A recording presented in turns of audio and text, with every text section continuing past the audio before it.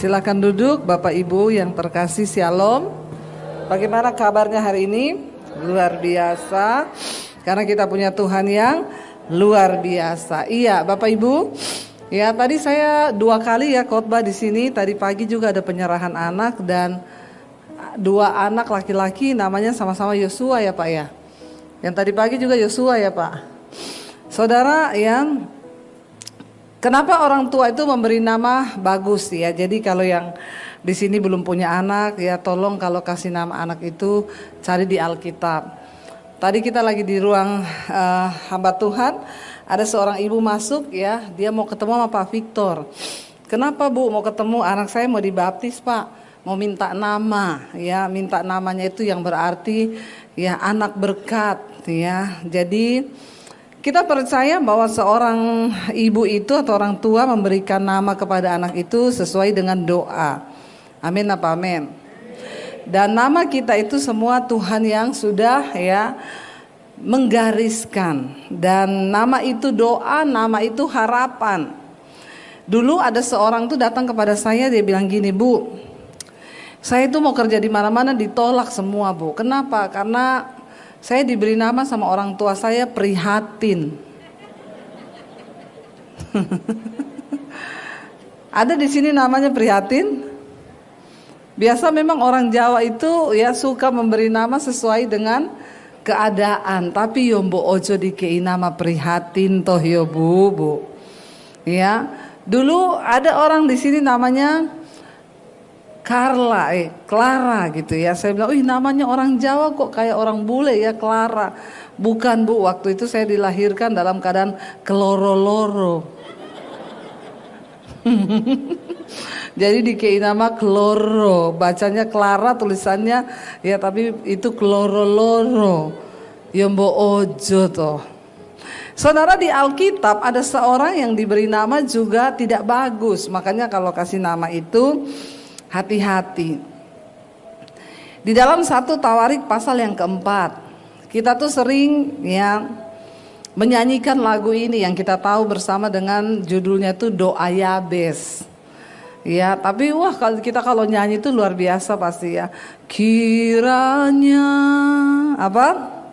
Engkau memberkati aku berlimpah-limpah. Makanya banyak orang kasih nama anaknya itu Yabes. Ya, padahal arti nama Yabes itu apa? Penderitaan atau kesakitan. Ya. Kenapa itu bisa terjadi? Saudara, coba kita lihat 1 Tawarik pasal yang keempat ya, ayat yang ke-1 dulu kita baca sampai dengan ya ayat yang ke-10. Ya, kalau kita lihat di sana dalam 1 Tawarik ini adalah kisah keturunan Yehuda dari cabang lain. Ya, dikatakan ini keturunan Yehuda. Ayat yang pertama, anak-anak Yehuda ialah Peres, Hesron, Karmi, Hur, dan Syobal. Kalau saudara baca sini ada nama-nama banyak di situ, semua nama. Reaya anak Syobal memperanakan Yahat, dan Yahat memperanakan Ahumai, dan Lahat itulah kaum orang Sora. Inilah anak-anak Etam, Yisril, Isma, dan lain sebagainya. Kalau kita baca itu semua isinya nama-nama. Tapi yang menarik saudara, di ayat yang ke-9 di sana dikatakan begini, baca bersama 1, 2, 3 ayat yang ke-9. Yabes lebih dimuliakan daripada saudara-saudaranya. Nama Yabes itu diberi ibunya kepadanya sebab katanya apa? Aku telah melahirkan dia dengan kesakitan. Jadi nama Yabes itu yang berarti menderita atau kesakitan itu diberikan oleh ibunya. Karena pada saat itu ibunya dalam keadaan menderita. Ya, bahkan bukan hanya ibunya. Saudara, ya kisah dari 1 Tawarik ini ditulis.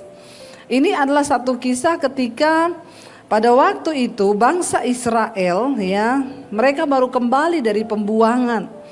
Ya, ini adalah satu kisah silsilah kerajaan Yehuda dari 1 Tawarik ini. Dan ketika kitab ini ditulis ya, ketika itu orang-orang Yehuda itu mereka baru kembali dari pembuangan di Babel. Seperti yang kita tahu bersama ya, pada abad ke-6 sebelum Masehi itu Yerusalem dihancurkan oleh kerajaan Babel, dan akhirnya mereka dibawa ke Babel, ditawan selama 70 tahun. Bayangkan saudara, ya, ditawan 70 tahun, dibawa pindah ke satu tempat yang mereka tidak mau dan pasti tidak nyaman, dan di sana mereka ya disuruh bekerja selama 70 tahun di Babel. Mereka hidup di dalam pembuangan. Lalu ketika sudah selesai masa pembuangan itu seperti janji Tuhan, mereka disuruh pulang. Nah 70 tahun mereka sudah tinggalkan rumah, mereka sudah tinggalkan kotanya, lalu disuruh balik lagi. Kira-kira keadaannya masih sama seperti itu enggak? Ya udah beda semuanya, mungkin rumahnya udah enggak ada, mungkin di situ tinggal rerumputan. Mereka melihat banyak hal yang sudah berbeda. Kembali dengan masa kritis, kembali kepada negeri yang tadinya mereka tinggali, dan pasti keadaannya tidak enak saudara. Nah di tengah-tengah keadaan seperti itu saudara, seorang yang bernama Yabes ini lahir. Jadi coba kita bayangkan keadaannya. Di tengah baru pulang dari pembuangan 70 tahun, masuk ke daerah lagi itu dalam keadaan yang sudah tidak nyaman.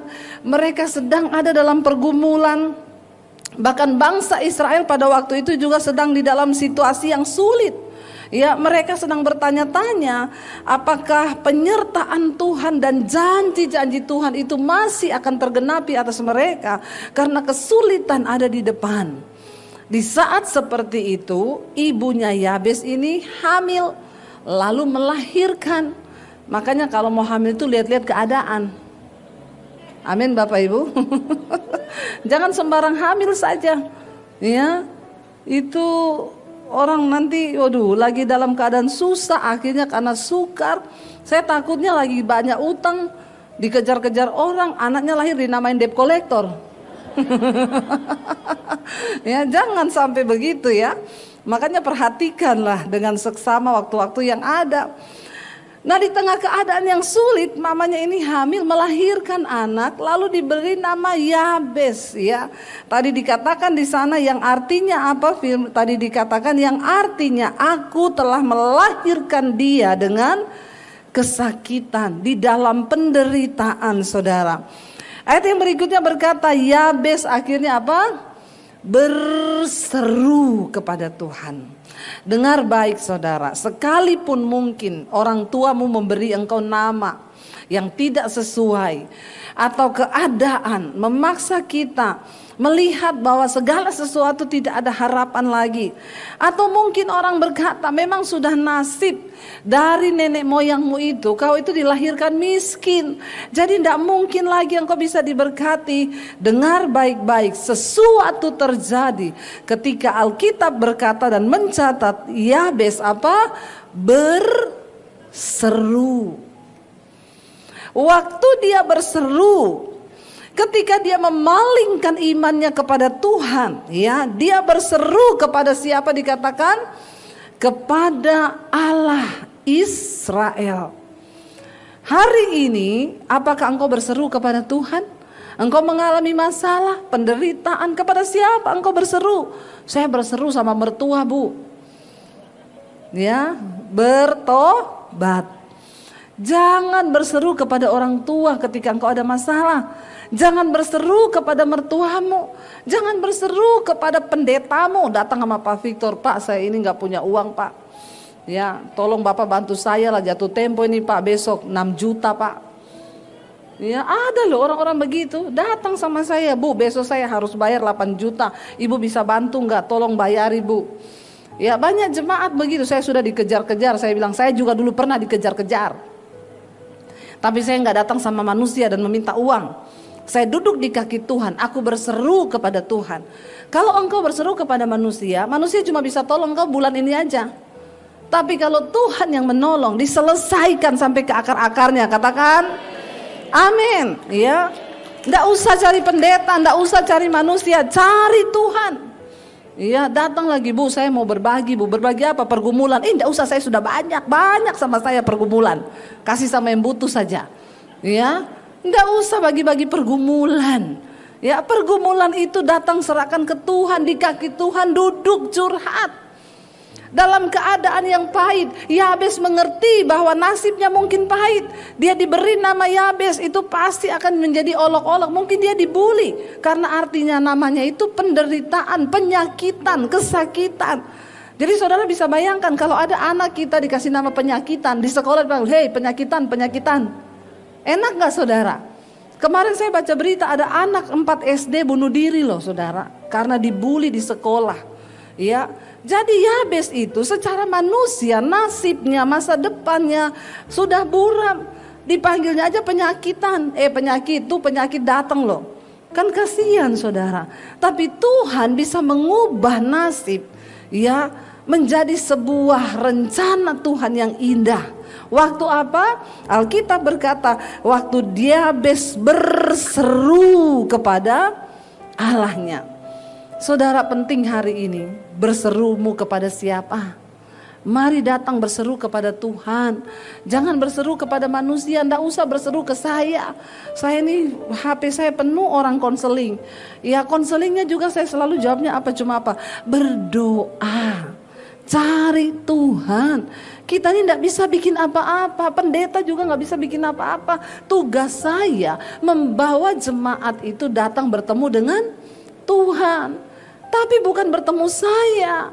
Makanya saudara jangan taruh imanmu kepada saya. Jangan taruh imanmu pada Pak Victor. Taruh imanmu kepada Tuhan. Tuhanlah yang sanggup menjawab. Tidak ada manusia hebat, nggak ada pendeta hebat. Yang ada itu Tuhan yang hebat. Dengan iman saudara yang hebat. Ya, dan akhirnya Yabes itu berseru. Dia nggak suruh titip doa, ya titip ya, tolong serukan kepada Tuhan, enak aja. Emang Tuhan pakai makelar, pakai perantara. Datang sendiri, engkau yang harus berseru kepada Tuhan. Dikatakan lalu Yabes berseru kepada Allah Israel. Katanya apa? Dia berdoa, dia meminta kepada Tuhan agar nasibnya diubahkan.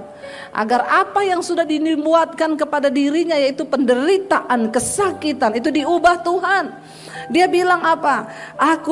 Dia berkata kiranya engkau apa? Memberkati aku berlimpah-limpah dan memperluas daerahku, dan kiranya tanganmu menyertai aku dan melindungi aku daripada malapetaka, sehingga apa? Kesakitan tidak menimpa aku. Makanya dia berdoa supaya jangan ada kesakitan, karena memang arti namanya itu adalah kesakitan. Apa doanya di sini saudara? Dia berkata kepada Tuhan, kiranya engkau memberkati aku berlimpah-limpah. Menjadi orang kaya dan menjadi orang yang diberkati dua hal yang berbeda. Banyak orang kaya tapi tidak diberkati, ya. Banyak orang kaya tapi tidak diberkati. Banyak orang yang pas-pasan kelihatannya tapi diberkati. Apa tolak ukur antara diberkati dan kaya? Orang yang kaya mungkin dia punya banyak harta, tapi dia tidak diberkati. Jadi dia tidak diberi kuasa untuk menikmati.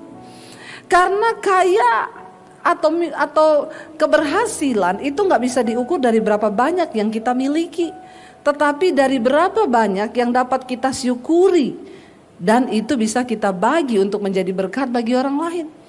Orang yang kaya belum tentu diberkati. Artinya apa? Walaupun dia punya banyak, dia belum tentu dapat menikmati banyak. Ya, seperti khotbah saya, penjaga villa sama yang punya villa. Ya, kemarin saya lihat pembangunan sekolah misi saudara, saya bersyukur Tuhan taruh itu di hati saya sehingga sekolah misi, ya berkat jemaat di tempat ini juga ya yang sudah memberi banyak hal saudara untuk rencana Tuhan boleh terjadi. Saya juga nggak tahu kenapa Tuhan pilih Semarang. Tadinya saya itu mau di Solo, ada di Karanganyar, tapi semuanya Tuhan belokkan. Ya, ketemu jemaat di tempat ini, Pak Agus memberikan tanahnya untuk kita pakai. Lalu ketemu Pak Iksanto yang membangunnya tanpa dibayar saudara, ya bahkan ikut nombokin. Ketemu Pak Victor yang punya banyak pengalaman di sekolah. Karena saya ini memang saya nggak punya pengalaman apa-apa saudara. Saya cuma bilang, Tuhan kenapa Tuhan pilih saya? Saya ini nggak ada pengalaman apa-apa, tapi Tuhan tuh ngomong, aku cuma cari orang yang beriman. Karena imanku, iman yang dapat mewujudkan semua rencana-rencanaku yang besar di bumi ini. Ya, ketika kita punya iman, maka segala hal yang mustahil pun bisa terjadi. Jadi kemarin saya pergi lihat pembangunan sekolahnya sudah berjalan sejauh mana. Dan kita melewati di situ kan banyak daerah villa-villa. Banyak villa-villa yang kosong, saudara. Saya bilang sama Pak Victor, Pak ini villa-villa bagus-bagus banget ya. Iya Bu, tapi ini kosong. Tuh pada ditulisi dijual. Ya banyak orang punya villa tapi tidak dapat kesempatan menikmati villa. Penjaga villanya yang seneng. Nikmati villa, berenang di villa, goreng pisang, minum kopi. Yang punya villa cekot-cekot. Mikirin bayar tagihan. Ya, jadi yang lebih dari pemenang yang mana? Penjaga villa atau yang punya villa? Jadi saudara mau yang punya villa atau mau jadi penjaga villa? Ya, nggak apa-apa jadi penjaga villa asal diberkati toh. Hidupnya seadanya tapi enak gitu ya. Bisa menikmati daripada yang jadi punya villa tapi nggak menikmati. Bedanya orang yang kaya dan orang diberkati itu begitu. Yabes berdoa, Tuhan berkati aku berlimpah-limpah. Kesuksesan, keberhasilan bukan soal berapa banyak yang kita miliki, tapi berapa banyak yang mampu kita syukuri dan kita bisa bagikan, boleh menjadi berkat bagi banyak orang. Jangan hanya berdoa mau jadi kaya, minta sama Tuhan, aku mau menjadi orang yang diberkati. Ya, Yabes berkata, berkati aku berlimpah-limpah. Dan bukan hanya diberkati berlimpah-limpah, dia bilang apa? Dan perluas Tuhan daerahku. Artinya apa? Semakin kita diberkati berlimpah-limpah, itu artinya Tuhan akan pakai hidupmu berdampak lebih luas lagi. Biar Tuhan yang memperluas daerah kita. Gereja di tempat ini pun akan diperluas oleh Tuhan. Katakan, imani saudara. Ya, saya lihat nih sudah penuh ya jemaatnya sampai yang nggak dapat tempat nih. Tuhan akan kasih tempat yang lebih besar ya Pak Victor ya. Amin saudara ya, yes gitu ya. Bukan untuk ambisi manusia tapi untuk kepentingan Tuhan. Ya, untuk kepentingan Tuhan. Saya ini tidak bangun gereja karena panggilan saya memang bukan gembala. Ya, kalau saya jadi gembala nggak cocok saudara, nanti jemaatnya kepahitan semua. Datang Bu Dewi saya mau didoakan, nggak usah cari minta-minta didoakan, doa sendiri. Nah itu kan saya saudara ya. Kemarin ada pendeta di Manado, kita seminar di sana. Dia bilang, Bu Dewi, saya tiru loh, saya tiru ibu. Jemaat saya datang, saya bilang, jangan cari-cari pendeta, berdoa sendiri. Itu jemaat keluar Bu dari gereja saya. Saya bilang, Bapak Gembala, jangan tiru apa yang saya buat. Iya, ini hanya dilakukan oleh para ahli saja. Ini adegan berbahaya ini yang begini ya. Kalau Bapak nggak dipilih Tuhan untuk ngomong gitu, jangan, apalagi Bapak Gembala. Ya Pak Victor, kalau ada jemaat datang Pak Victor bilang, jangan cari-cari saya, cari Tuhan. Dia keluar dari gereja Bapak. Ya, makanya Bapak dipilih jadi gembala, saya enggak. Ya, saya seperti ini. Orang aja datang, tuh pendeta sana mau loh didoakan. Ibu kok enggak mau? Kamu ikut saja pendeta sana, jangan ikut saya. Ya itu saya, karena memang ya saya panggilannya seperti ini. Ya tetapi di tempat ini Tuhan memberkati tempat ini. Bayangkan dari yang tidak ada menjadi ada. Kalau dengar perjuangan di tempat ini saudara, bagaimana Pak Victor bersama teman-teman ya. Dan dari yang tidak ada sampai Tuhan bisa beri tempat ini yang begitu luar biasa. Dan tidak lama lagi Tuhan akan beri tempat yang lebih besar lagi buat jemaat di tempat ini. Untuk kepentingan Tuhan loh, bukan untuk kepentingan kita, bukan untuk kepentingan Pak Victor atau siapapun. Kalau untuk kepentingan Tuhan, tidak ada yang mustahil. Amin saudara, Tuhan memperluas daerahmu. Jemaat, ketika gerejamu diberkati dan gerejamu juga menjadi berkat bagi banyak orang, engkau juga jangan jadi jemaat yang cuma datang duduk diam pulang, nggak berubah, sampai tempat duduknya aja dikontrak loh. Ada loh jemaat-jemaat tuh yang ngontrak tempat duduk, pokoknya aku tuh harus di sini, kudu neng kene, setiap minggu kudu neng kene. Nih deh teko telat, orang udah duduk, ih kok duduk di sini? Ini padahal tempat saya loh. Ya, nggak usah di tag itu tempat duduk. Ya, yang penting engkau menjadi jemaat yang bukan hanya datang duduk pulang, hidupmu berubah. Amin. Dan bilang Tuhan perluas daerahku Tuhan. Ya, artinya apa? Bukan hanya dari segi ekonomi, keuangan engkau diperluas oleh Tuhan, tapi pelayananmu. Engkau akan dipertemukan dengan orang-orang yang belum pernah engkau temui, dan engkau akan berdoa bagi mereka, dan mereka akan dimenangkan bagi kemuliaan Kristus. Cari jiwa, menangkan jiwa, dan akan dibawa ke tempat ini, karena Tuhan akan memberikan satu tempat yang lebih besar lagi. Dan semua jemaat harus siap menjadi pekerja-pekerja di ladang Tuhan. Saudara, banyak gereja, kenapa saya itu ditaruh Tuhan hati untuk bikin sekolah misi ini? Ya, karena gereja itu kebanyakan hanya berdoa tuayan, ya, tuayan menguning. Saya itu diberi Tuhan hati begini. Banyak gereja hamba Tuhan hanya berbicara tentang tuayan, tapi warningnya Yesus berkata, memang tuayannya banyak, tapi pekerjaannya itu cuma sedikit. Buat apa tuayan banyak kalau pekerja sedikit? Nah, hari ini Tuhan taruh tuh di hati saya, kamu harus bergerak, cetak para pekerja-pekerja itu, beri hati bagi mereka.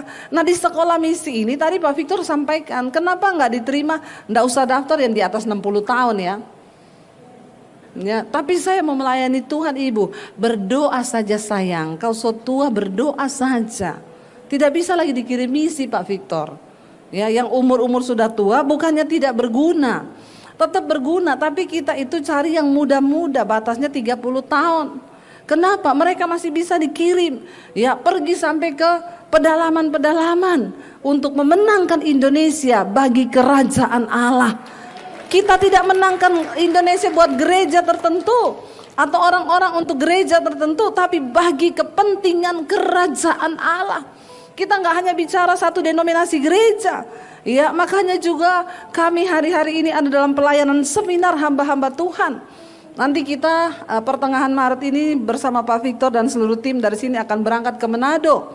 Saya dengar sudah 1.000 lebih pendeta yang mendaftar, saudara, dari berbagai gereja.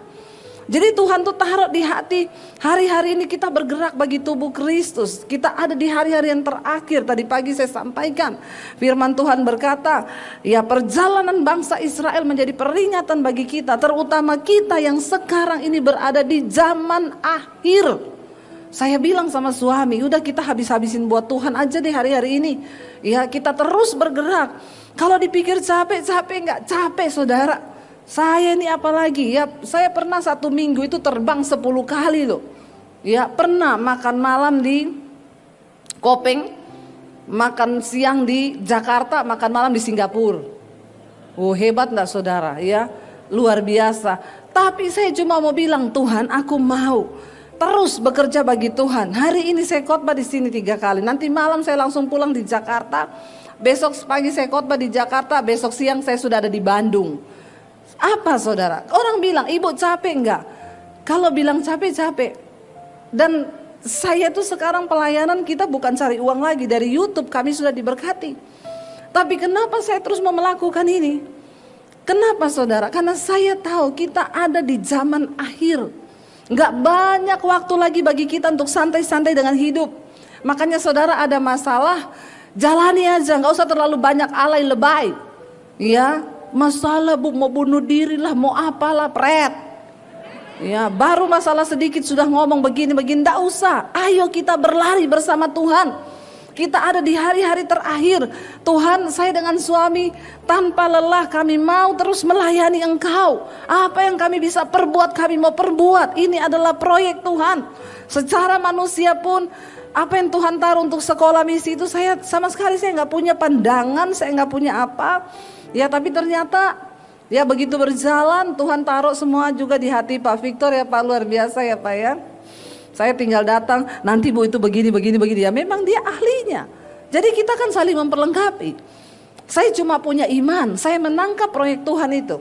Ketika sudah jalan ya Tuhan perlengkapi. Besok saya harus ke Bandung. Saya ketemu dengan orang dari Amerika saudara. Dia cuma punya waktu besok. Akan membicarakan tentang sekolah ini. Karena dia berkata, Bu, ini sekolah bukan hanya menjadi berkat bagi Indonesia. Tapi dari situ akan keluar hamba-hamba Tuhan yang akan memberkati bangsa-bangsa. Bahkan sampai ke ujung-ujung bumi. Wow, saya siapa saudara? Jadi besok kita akan ketemu beberapa orang untuk membicarakan semua program di sekolah ini. Saya hanya mau melangkah dengan iman. Tuhan yang menyusun seperti puzzle. Dia perluas daerah kita. Hari ini itu pun berlaku bagi jemaat. Tangkap visi itu dari Tuhan. Kalau gembala saudara, tim pelayanan di tempat ini semua diberkati dan mau bergerak dengan hati Tuhan, itu juga akan terjadi kepada jemaat. Tuhan akan memberkati jemaat di tempat ini, memperluas daerahmu, pelayananmu, usahamu, bisnismu akan diperluas oleh Tuhan. Satu tujuannya untuk apa? Kepentingan kerajaan Allah. Kita sedang berpacu dengan hari-hari terakhir, hari-hari ini akan banyak hal yang terjadi, ya, dan kita harus segera saudara melakukan selama masih siang. Ayo kita bekerja dengan giat. Lalu di sana Yabes berkata, memperluas, kiranya engkau memperluas daerahku, dan kiranya tanganmu Tuhan menyertai aku. Sekalipun dia dinubuatkan, sekalipun dia diramalkan seorang pesakitan, diberi nama kesakitan, tapi dia percaya kalau tangan Tuhan yang menyertai itu akan menjadi berbeda. Katakan amin saudara. Mari kita minta penyertaan Tuhan atas hidup kita. Karena tanpa penyertaan Tuhan semuanya akan menjadi sia-sia. Apapun yang kita lakukan tanpa penyertaan Tuhan itu nol saudara. Kita minta hari Tuhan, sertai aku dengan tanganmu. Sertai aku Tuhan. Minta jangan jalani hidupmu dengan kekuatanmu. Sebab memang kita gak punya kekuatan apa-apa. Bilang, Tuhan aku minta sertai aku dengan tanganmu. Yabes berkata, bukan hanya Tuhan berkati berlimpah-limpah, bukan hanya minta diperluas daerahnya, tapi dia bilang, tanganmu Tuhan, biarlah tanganmu yang menyertai aku. Saudara, kekuatan kita terbatas, kita manusia gak bisa apa-apa. Ya bahkan hari ini kalaupun Tuhan bilang kita kembali loh. Kita pulang loh. Saya pun kalau hari ini Tuhan suruh balik saya. Ya, enggak ada satupun dari kita yang bisa menentang kedaulatan Tuhan. Tapi karena itulah jangan engkau sombong menjalani hidupmu dengan kekuatanmu sendiri. Katakan Tuhan, sertai kami dengan tanganmu. Biar tangan Tuhan yang menyertai kami, ya bukan dengan kekuatan kami. Artinya apa? Dia tahu benar kalau tangan Tuhan yang menyertai, maka tidak ada perkara yang mustahil. Mari kita jangan, tadi pagi saya sampaikan, jangan berputar seperti bangsa Israel. Mereka tinggal besok itu mau masuk tanah perjanjian loh. Tinggal beberapa saat lagi memasuki tanah perjanjian. Yosua kirim 12 pengintai. Yang 10 datang membawa kabar busuk dan berkata tidak mungkin. Memang negeri itu penuh susu dan madu, tapi kita gak mungkin masuk. Orang-orangnya di sana, orang-orang yang besar dan gagah perkasa. Kita ini cuma seperti belalang di mata mereka. 2 pengintai yaitu Yosua dan Kaleb berkata berbeda. Mereka berkata memang negeri itu penuh susu dan madu, dan memang orangnya raksasa-raksasa. Tetapi kalau Tuhan yang menyertai kita, tangan Tuhan yang akan memberikan kita kemenangan, maka tidak ada perkara yang mustahil. Kita akan masuk ke negeri itu bukan karena kekuatan kita, tapi karena tangan Tuhan. Tapi cuma 2 orang yang bicara begitu, Yosua dan Kaleb. 10 orang membawa kabar busuk. Dan memang kabar busuk itu lebih enak didengar daripada kabar baik. Dan saya berdoa jemaat di sini lebih suka mendengar kabar baik daripada kabar busuk. Amin. Ya, yang melemahkan iman tuh kabar busuk saudara. Dan akhirnya bangsa itu semuanya berontak, mereka marah, mereka bilang kita lempari saja Musa dengan batu. Lempari mereka dengan batu. Kita angkat pemimpin baru lalu kita kembali ke Mesir. Ngapain kita mati di sini? Waktu mereka hendak melempari Musa dengan batu, kemuliaan Tuhan turun saudara. Saat itu juga Tuhan melawat mereka, mereka tersadar. Dan tapi Tuhan berkata, mulai hari ini engkau harus berputar 40 tahun di padang gurun. Padahal itu sudah mau masuk. Jadi berputar 40 tahun dan Tuhan bilang apa? Aku akan membunuh semua generasi pertama yang keluar dari Mesir, akan mati di padang gurun, yang boleh masuk ke tanah perjanjian, yang berusia 20 tahun ke bawah, di mana mereka orang-orang yang tidak terkontaminasi lagi pikirannya. Generasi pertama semua mati dibunuh di padang gurun, tidak memasuki tanah perjanjian, tidak melihat janji Tuhan. Hanya mereka yang lahir di bawah generasi kedua itu. Saudara, lihat betapa penting kita belajar dari sejarah bangsa Israel. Kalau kita percaya bahwa tangan Tuhan menyertai kita. Dan akhirnya apa terjadi ketika Yosua meneruskan perjalanannya, bahkan Musa pun tidak diizinkan masuk. Hanya Yosua dan Kaleb generasi pertama yang melihat tanah perjanjian itu. Kenapa? Karena mereka berkata, mau itu orang besar raksasa, percayalah tangan Tuhan loh yang menyertai kita. Ya, penting bagi kita tahu bahwa Tuhan menyertai kita. Kalau Tuhan menyertai kita, ada banyak perkara besar yang bisa Dia lakukan lewat hidup kita. Saya ini bukan siapa-siapa, tapi karena tangan Tuhan menyertai saya, saudara. Siapa saya? Kalau hari ini Tuhan perluas daerah pelayanan saya, itu semua hanya karena tangan Tuhan. Tidak ada karena kegagahan atau kekuatan kita, semua karena tangan Tuhan. Makanya Yabes berkata, sertai aku Tuhan. Dan dia katakan di sana, melindungi aku daripada malapetaka. Yabes sungguh-sungguh meminta dari malapetaka dan juga kesakitan, jangan sampai menimpa aku. Kenapa? Karena itulah arti namanya. Ya, malapetaka, kesakitan, penderitaan. Hari ini kalau ada yang namanya prihatin, engkau tidak akan prihatin lagi. Ya, kalau masih bisa ganti akte sih ganti aja ya. Karena sulit melamar pekerjaan. Benar, ada dulu yang konseling sama saya, bolak-balik ke perusahaan manapun masukin lamaran ditolak karena namanya prihatin. Kata perusahaannya, nanti kamu masuk sini perusahaan kami juga jadi prihatin. Ya, saudara. Tapi kalau Tuhan yang mengubah segalanya, tidak ada kutuk yang tidak bisa dirubah menjadi berkat. Kalau tangan Tuhan yang menyertai kita. Kenapa? Yesus sanggup melakukan lebih banyak. Yesus sanggup melakukan lebih besar dari apa yang kita harapkan dan apa yang kita doakan. Dan Yabes tahu itu, karena itu dia datang. Dia berseru kepada tujuan yang benar, yaitu kepada Tuhan. Jadi hari ini saya berdoa. Tidak ada lagi dari kita yang datang berseru kepada mertua, datang berseru kepada orang tua, ada masalah cari orang tua, ada masalah cari siapa-siapa. Bahkan kalau bisa enggak usah berseru sama Pak Victor. Ya, justru bantulah beliau. Boleh tanya, Pak, apa yang kami bisa bantu dalam pelayanan? Ya, jangan berseru kepada dia bawa masalah. Pak, saya mau berbagi dengan Bapak, berbagi apa? Berbagi penderitaan. Enggak usah mau Pak Victor. Bilang aja saya juga sudah banyak penderitaan saya. Jangan kau kasih lagi saya penderitaan. Ya, berbagi itu uang, jangan berbagi penderitaan. Amin. Ya, kalau penderitaan gak usah tepuk tangan, lakukan saja. Ya, penderitaan itu engkau datang kepada Tuhan. Jadilah jemaat yang bertumbuh, jemaat yang dewasa. Ya, nggak usah cari orang curhat kanan kiri, curcol kanan kiri. Datang sama Tuhan, duduk di kaki Tuhan. Yabes berseru kepada Allah Israel. Manusia gak bisa tolong kita, sehebat apapun dia. Pendeta gak bisa tolong kita. Yang bisa menolong kita itu Tuhan yang hebat. Karena itu saudara, saya ingatkan sekali lagi, ayo di hari-hari zaman akhir ini, biar iman kita semakin teguh di dalam Yesus. Apapun prediksi, memang akan banyak hal terjadi di tahun ini. Kita nggak tahu, keadaan begitu tidak menentu. Bahkan Indonesia, iklimnya sedang memanas menjelang pemilu. Kita perlu sungguh-sungguh berdoa, ya, supaya benar-benar kehendak Tuhan terjadi buat bangsa ini. Ketika ada orang-orang benar berdiri di kepemerintahan, makanya di mesbah doa setiap malam kita berdoa, Tuhan sucikan negeri ini, bersihkan dari oknum-oknum yang tidak benar. Hari-hari ini kita lihat terus bangsa ini dibersihkan Tuhan. Ya, dari hal-hal yang tidak berkenan dibersihkan.